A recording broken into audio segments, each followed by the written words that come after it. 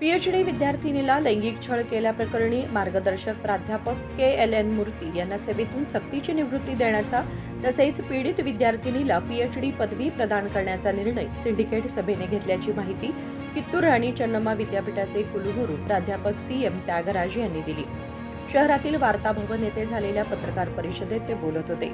विद्यार्थिनीवरील लैंगिक छळ प्रकरणाला गांभीर्याने घेतल्यानेच प्राध्यापक KLN मूर्ती यांच्यावर कठोर कारवाई करण्यात आली आहे। पुढील काळामध्ये अशा घटना विद्यापीठात पुन्हा घडू नयेत, विद्यार्थ्यांचे संरक्षण करणे ही विद्यापीठाची जबाबदारी आहे आणि अशा प्रकारच्या विषयांमध्ये दोषींना संरक्षण देण्याचा प्रश्नच उद्भवत नाही असे त्यांनी स्पष्ट केले। ವಿದ್ಯಾರ್ಥಿ ಇವತ್ತು ಬೆಳಗಿನ ಚರ್ಚೆ ಆದಾಗ ನಮ್ಮ ಸಿಂಡಿಕೇಟ್ ಹೇಳಿದ್ರು, ನಮ್ಮ ಸಿಂಡಿಕೇಟ್ನ ಏಕೈಕ ನಿರ್ಣಯ ವಿದ್ಯಾರ್ಥಿ ಪರವಾಗಿರುತ್ತೆ ಯಾವತ್ತೂ ಕೂಡ। ಇವತ್ತು ಉದಾಹರಣೆಗೆ ಇದೇ ವಿದ್ಯಾರ್ಥಿನಿಗೆ 3,76,000 ರೂಪಾಯಿ ಫೆಲೋಶಿಪ್ ಕೊಟ್ಟಿದ್ದೀವಿ ನಾವು ವಿಶ್ವವಿದ್ಯಾಲಯದಿಂದ। ತಿಂಗಳ 10,000 ರೂಪಾಯಿ ಫೆಲೋಶಿಪ್ ಕೊಡ್ತಿದ್ವಿ, 10,000 ರೂಪಾಯಿ ಪ್ರತಿ ಇವ್ರಿಗೂ ಕೂಡ 3,76,000 ರೂಪಾಯಿ ಕೊಟ್ಟಿದ್ದೀವಿ। ಇದನ್ನ ಯಾಕೆ ಗಮನಕ್ಕೆ ತರ್ತೀವಿ ಅಂತ ಹೇಳಿದ್ರೆ, ವಿದ್ಯಾರ್ಥಿಗಳನ್ನ ಉತ್ತೇಜಿಸ್ಲಿಕ್ಕೆ ವಿಶ್ವವಿದ್ಯಾಲಯ ಇದೆ, ಸಾಮಾನ್ಯ ವಿದ್ಯಾರ್ಥಿ ಕೂಡ ಚೆನ್ನಾಗಿ ಆಗ್ಬೇಕು ಅಂತಕ್ಕಂಥದ್ದು। ಹಾಗಾಗಿ ಇವರಿಗೆ ಯಾವುದೇ ತಪ್ಪನ್ನು ಮಾಡ್ತಕ್ಕಂಥ ಕ್ರಿಯೆಯನ್ನು ವಿಶ್ವವಿದ್ಯಾಲಯ ಮಾಡಿಲ್ಲ ಅಂತಕ್ಕಂಥ ಹೇಳಲಿಕ್ಕೆ ನಾನು ಸಂತೋಷ ಪಡ್ತೇನೆ। ಇದೇ ಸಮಯದಲ್ಲಿ ಸಿಂಡಿಕೇಟ್ನಲ್ಲಿ ಚರ್ಚೆಯಾಗಿ ಆ ವಿದ್ಯಾರ್ಥಿಯನ್ನು ಕ್ಷಮಿಸಿ, ಅವ್ರು ಏನೇ ವಿಶ್ವವಿದ್ಯಾಲಯದ ಬಗ್ಗೆ ಮಾತಾಡಲಿ, ಅವರ ಮೊದಲನೇ ವೈರಲ್ ಆದರೂ ನೋಡ್ರಿ, ಕೊನೆ ವೈರಲ್ ಆದರೂ ನೋಡ್ರಿ, ಇದು ಬೇಕಾಗಿರ್ತಕ್ಕಂಥದ್ದು ವಿದ್ಯಾರ್ಥಿಯ ಬದುಕು। ಈ ಪದವಿಯನ್ನು ಪಡ್ಕೊಂಡು ಎತ್ತರ ಬೆಳೀಲಿ। ನಿಮ್ಗೆ ಒಂದೊಂದು ಮಾಹಿತಿ ಇದೆ, ಅವ್ರು ಈಗಾಗಲೇ ತಮ್ಮ ಪದವಿ ಮುಂದೆ ಡಾಕ್ಟರ್ ಅಂತ ಹಾಕೊಳ್ತಾ ಇದ್ದಾರೆ, ಒಂದು ಕಾಲೇಜ್ನಲ್ಲಿ ಪ್ರಾಂಶುಪಾಲರ ಕೆಲಸ ಮಾಡ್ತಾ ಇದ್ದಾರೆ, ಈಗಾಗಲೇ ನವೆಂಬರ್ ತಿಂಗಳಿಂದ ಆ ಕಾಲೇಜಲ್ಲಿ ಕೆಲಸ ಮಾಡ್ತಾ ಇದ್ದಾರೆ। ಹಾಗಾಗಿ ಆಗಲೇ ಪದವಿಯ ಫಲಾನುಭವಿಯಾಗಿ ಆ ಪದವಿಯನ್ನು ಉಪಯೋಗಿಸ್ಕೊಂಡು ನಮಗೆ ಪದವಿ ಕೊಟ್ಟಿಲ್ಲ ಅಂತಕ್ಕಂಥದ್ದು ಅರ್ಜಿಯನ್ನು ಹಾಕ್ತಾ ಇದ್ರೆ ಅದು ಅವರಲ್ಲಿ ಇರ್ತಕ್ಕಂಥ ಒಂದು ಮಿತಿಯಾಗಿರ್ತಕ್ಕಂಥ ಜ್ಞಾನವನ್ನು ತೋರಿಸುತ್ತೆ। ಅವರು ವಿದ್ಯಾರ್ಥಿಯ ಮಿತಿಯಲ್ಲಿ, ಸಂಶೋಧನಾ ಅಭ್ಯರ್ಥಿಯ ಮಿತಿಯಲ್ಲಿ ಅಷ್ಟು ಜನ ಮಕ್ಕಳು ಸಂಶೋಧನೆಯವರಿದ್ದಾರೆ, ಇವರೊಬ್ಬರು ಹಾಕಿಲ್ಲ ಅಂದ ಮಾತ್ರಕ್ಕೆ ಎಂದಾಗ ತಾವು ಯೋಚನೆ ಮಾಡ್ಬೋದು, ಇದರಲ್ಲಿ ವಿಶ್ವವಿದ್ಯಾಲಯದ ತಪ್ಪೇನಾದ್ರು ಇದೆಯಾ? ಸಿಂಡಿಕೇಟ್ ನಿರ್ಣಯ ತೆಗೆದುಕೊಂಡು ಅಕಸ್ಮಾತ್ ಆಗಿರ್ತಕ್ಕಂಥ ಅವರಿಗೆ ತಿಳಿದೇನೋ ಮಾತಾಡಿದ್ದಾರೆ, ಅವ್ರಿಗೆ ಒಂದು ಅವಕಾಶ ಕೊಡಿ, ನಾಳೆನೇ ಅಪ್ಲಿಕೇಶನ್ ಹಾಕಲಿ, ಅಪ್ಲಿಕೇಶನ್ ಹಾಕಿ ಶುಲ್ಕ ತುಂಬಲಿ, ಅವರ ಇದು ಘಟಿಕೋತ್ಸವ ಪ್ರಮಾಣ ಪತ್ರವನ್ನು ಕುಲಸಚಿವರು ಪರೀಕ್ಷಾಂಗ ಕಚೇರಿಯಲ್ಲಿ ಕೊಡ್ತಾರೆ। ಇದು ಮೊದಲನೇದಾಗಿರ್ತಕ್ಕಂಥ ಕುರಿತಾದ ಸುದ್ದಿ। ಇನ್ನೇನು ಇದೆಯಾ ಡಾಕ್ಟರ್ ಪಾಟೀಲ್ ಅವರೇ ಪರೀಕ್ಷಾಂಗಕ್ಕೆ ಸಂಬಂಧಪಟ್ಟಿದ್ದು? ಇನ್ನು ಎರಡನೇ ಸುದ್ದಿ ನಮ್ಮ ಇನ್ನೇನು ಇದೆಯಾ? ನಮ್ಮಲ್ಲಿ ಒಬ್ಬರು ಇತಿಹಾಸ ವಿಭಾಗದ ಪ್ರಾಧ್ಯಾಪಕರಾದ ಪ್ರೊಫೆಸರ್ KLN ಮೂರ್ತಿಯವರ ಕುರಿತಾದ ವಿಷಯ ಇದು। ಅತ್ಯಂತ ದುರಾದೃಷ್ಟ ಅಂತ ಹೇಳಿದ್ರೆ, ಒಬ್ಬ ಪ್ರಾಧ್ಯಾಪಕರ ಜವಾಬ್ದಾರಿ ಶ್ರೇಷ್ಠವಾಗಿರ್ತಕ್ಕಂಥ ಜವಾಬ್ದಾರಿ, ಪವಿತ್ರವಾಗಿರ್ತಕ್ಕಂಥ ಜವಾಬ್ದಾರಿ। ಒಬ್ಬರು ಪ್ರಾಧ್ಯಾಪಕರಾಗಿ ಗುರುವಿನ ಸ್ಥಾನದಲ್ಲಿದ್ದವರು ತಾವು ಹೇಗೆ ನಡ್ಕೋಬೇಕು ಅಂತಕ್ಕಂಥದ್ದು ನಿಯಮಗಳ ಅಡಿಯಲ್ಲಿ ನಡ್ಕೋಬೇಕು।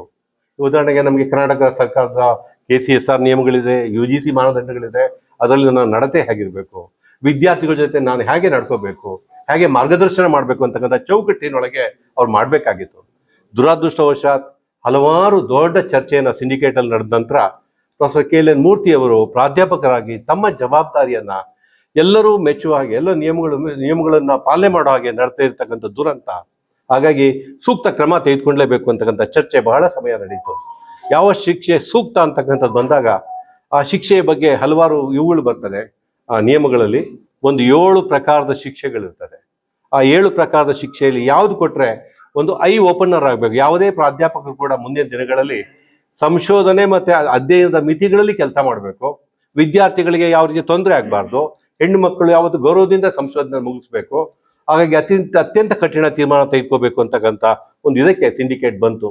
ಕೆಲವು ನಮ್ಮ ಸಿಂಡಿಕೇಟ್ ಗೌರವಾನ್ವಿತ ಸಿಂಡಿಕೇಟ್ ಸದಸ್ಯರುಗಳು ಮಾನವೀಯತೆಯಿಂದ ನೋಡಿ, ಅವ್ರಿಗೂ ಒಂದು ಕುಟುಂಬ ಇದೆ ಅಂತಕ್ಕಂಥದ್ದನ್ನು ಕೂಡ ವಿಶ್ವವಿದ್ಯಾಲಯದ ನಮ್ಮ ಗಮನಕ್ಕೆ ತೆಗೆದುಕೊಂಡ್ಬಂದ್ರು। ಆದರೆ ರಾಣಿ ಚೆನ್ನಮ್ಮ ವಿಶ್ವವಿದ್ಯಾಲಯದ ಮತ್ತು ಎಲ್ಲ ನಮ್ಮ ರಾಣಿ ಚೆನ್ನಮ್ಮ ವಿಶ್ವವಿದ್ಯಾಲಯದ ಎಷ್ಟು ಜನ ಆಶೀರ್ವಾದಗಳಿದೆ, ಅವ್ರ ಮನಸ್ಸಿಗೆ ಆಗಿರ್ತಕ್ಕಂಥ ಘಾಸಿ, ಎಷ್ಟು ಎತ್ತರಕ್ಕೆ ಬೆಳಿಬೇಕಾದ ವಿಶ್ವವಿದ್ಯಾಲಯ ಕೊಟ್ಟಿರ್ತಕ್ಕಂಥ ನೋವು, ಇದನ್ನು ಪರಿಗಣಿಸಿ ನಮ್ಮ ವಿಶ್ವವಿದ್ಯಾಲಯದ ಸಿಂಡಿಕೇಟ್ ಅಂತಿಮವಾಗಿ ಒಂದು ತೀರ್ಮಾನ ತೆಗೆದುಕೊಳ್ತು, ಅವರಿಗೆ ಕಡ್ಡಾಯ ನಿವೃತ್ತಿಯನ್ನು ಕೊಟ್ಬಿಡಿ। ಅವರಿಗೆ ಕಡ್ಡಾಯ ನಿವೃತ್ತಿಯನ್ನು ಕೊಟ್ಟರೆ ಅವರಿಗೆ ಬಹುಶಃ ಇದು ಒಂದು ದೊಡ್ಡ ಐ ಓಪನರ್ ಆಗಲಿ, ಇನ್ಮುಂದೆ ಯಾವುದಾದ್ರೂ ಟೀಚರ್ ತಪ್ಪು ಮಾಡಿದರೆ ಅವ್ರಿಗೆ ಕಡ್ಡಾಯ ನಿವೃತ್ತಿಗೆ ಅಥವಾ ಡಿಸ್ಮಿಸ್ಗೆ ಹೋಗತಕ್ಕಂಥ ಒಂದು ಸಂದೇಶ ಕೊಡಿ। ಡಿಸ್ಮಿಸ್ ಯಾಕೆ ಮಾಡಬೇಡಿ ಅನ್ನೋದ್ರ ಬಗ್ಗೆನೂ ಮಾತಾಡಿದ್ರು। ಈ ಸಮಾಜದಲ್ಲಿ ಅತ್ಯಂತ ತೊಂದರೆಗಳಿರ್ತಕ್ಕಂಥದ್ದು ಸಮಾಜದ ಸ್ಥಿತಿ ಇದೆ, ಅದು ತುಂಬ ಜನ ಇದ್ದಾರೆ। ಅದು ಈ ವಿಷಯ ಬಂದಾಗ ನಾವು ಯಾವ ಇವುಗಳು ತೆಗೆದುಕೊಳ್ಳದೆ ಅವ್ರು ಮಾಡಿರ್ತಕ್ಕಂಥ ತಪ್ಪು ದೊಡ್ಡದಾಗಿದೆ। ಆ ವಿದ್ಯಾರ್ಥಿನಿಗೆ ಸಂಶೋಧನೆ, ಮಾರ್ಗದರ್ಶನ, ಉತ್ತೇಜನ, ಆವಿಷ್ಕಾರ, ಬರವಣಿಗೆ ಇಲ್ಲಿ ಮಾತ್ರ ಮಿತಿಯಲ್ಲಿ ಮಾಡೋದು ಬಿಟ್ಬಿಟ್ಟು ಇನ್ಯಾವುದೋ ಬೇರೆ ರೀತಿಯಲ್ಲಿ ಹೋಗಿರ್ತಕ್ಕಂಥದ್ದು ಆಘಾತಕಾರಿಯಾಗಿದೆ. ಆ ಕಾರಣದಿಂದ ಒಂದು ಆಗ್ಲಿ ಅವ್ರಿಗೆ ಅಂತಕ್ಕಂಥ ಒಂದು ಸರಿಯಾದ ತೀರ್ಮಾನ ಆಗಲಿ ಅಂತೇಳಿ ಸಿಂಡಿಕೇಟ್ ಒಟ್ಟಾರೆಯಾಗಿ ಅವ್ರಿಗೆ ಈ ತೀರ್ಮಾನ ಕೊಟ್ಟಿದೆ. ಇವತ್ತು ಅವ್ರಿಗೆ ಸೇವೆಯಿಂದ ಕಡ್ಡಾಯ ನಿವೃತ್ತಿಗೆ ರೆಕಮೆಂಡ್ ಮಾಡಿದೆ.